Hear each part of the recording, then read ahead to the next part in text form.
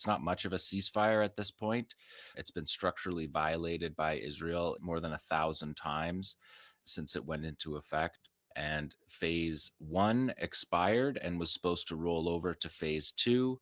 The guarantors of that agreement are the United States, Egypt, and Qatar. The most pronounced violation, besides the murderous violations that we've been covering here for the last month, is that on March 2nd, the Prime Minister's office in Israel announced a total blockade on goods and supplies to Gaza as the phase one of the deal expired. So, in response to these violations by Israel, Ansar Allah and the Yemeni armed forces, who have observed the ceasefire since day one, announced the resumption of their naval blockade against Israel. Their naval blockade began in November 2023 in solidarity with Gaza.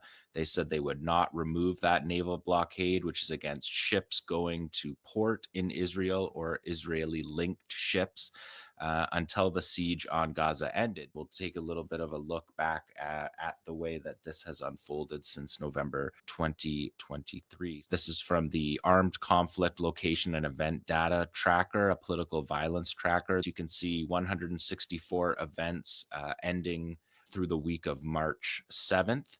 And you can see the dots there in the Bab el Mandab Strait, where much of the targeting is. They log 136 attacks. It should be said, they're not full frontal attacks on shipping. The ships are warned, they're diverted, there's warning shots that make up the vast majority of those 136 attacks that are listed. Those attacks also include attacks on US naval vessels, military vessels patrolling in the area as well. There's been at least 6 frontal assaults on US aircraft carriers in the area. But for as far as shipping is concerned, it is a warning not to travel through the area.